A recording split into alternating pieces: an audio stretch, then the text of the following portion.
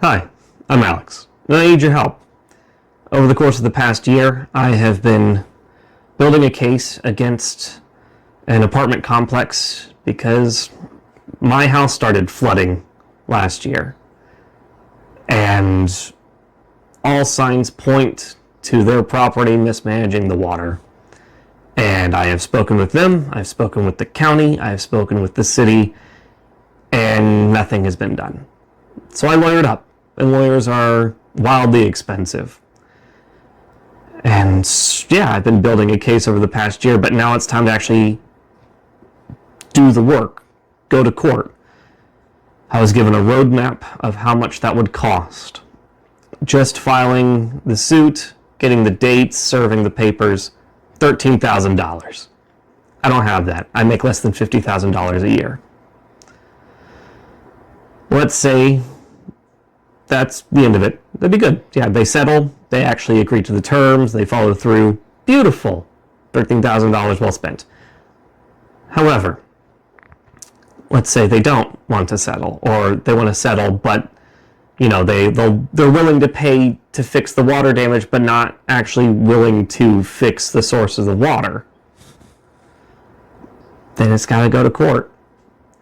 The roadmap projected from going to actually being in court, deposing witnesses, taking testimony, all of that is expected to cost over $60,000. If I don't have 13, I certainly don't have 4 times that amount.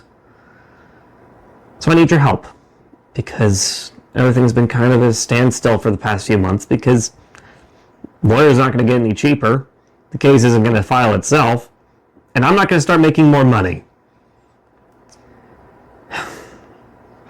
And if you want a story, I can tell a story.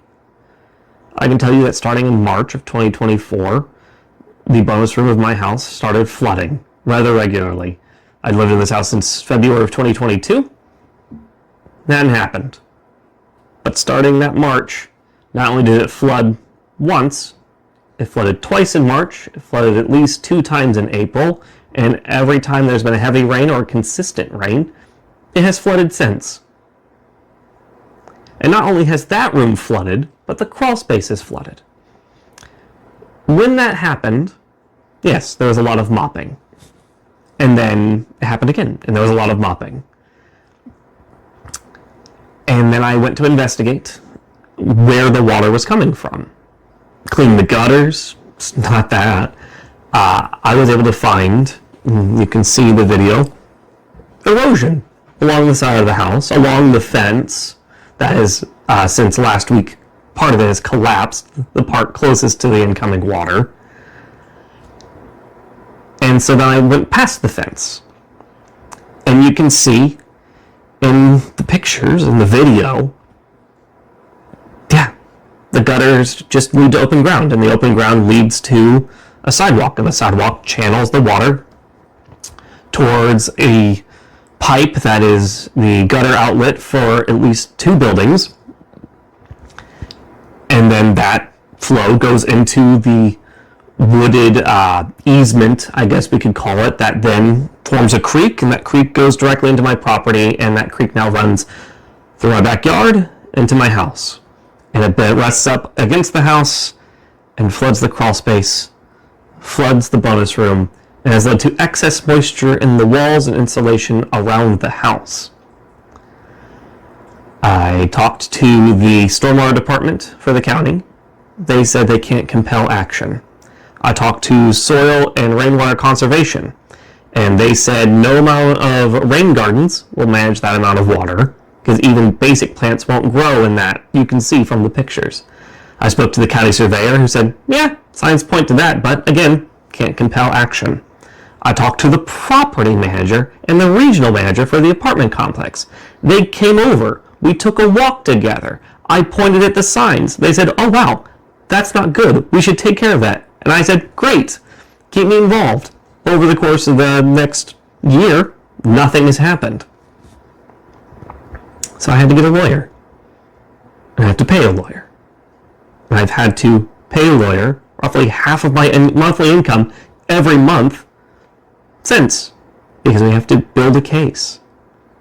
And some months, when we get a FOIA request and get all the documentation back, they have to review that documentation. And they bill per hour on that. And so some months, it's been more than my monthly income, and I've had to pull from savings. I've had to pull from savings a lot. And I don't have a lot of savings. And so, yeah, it's been a very rough year.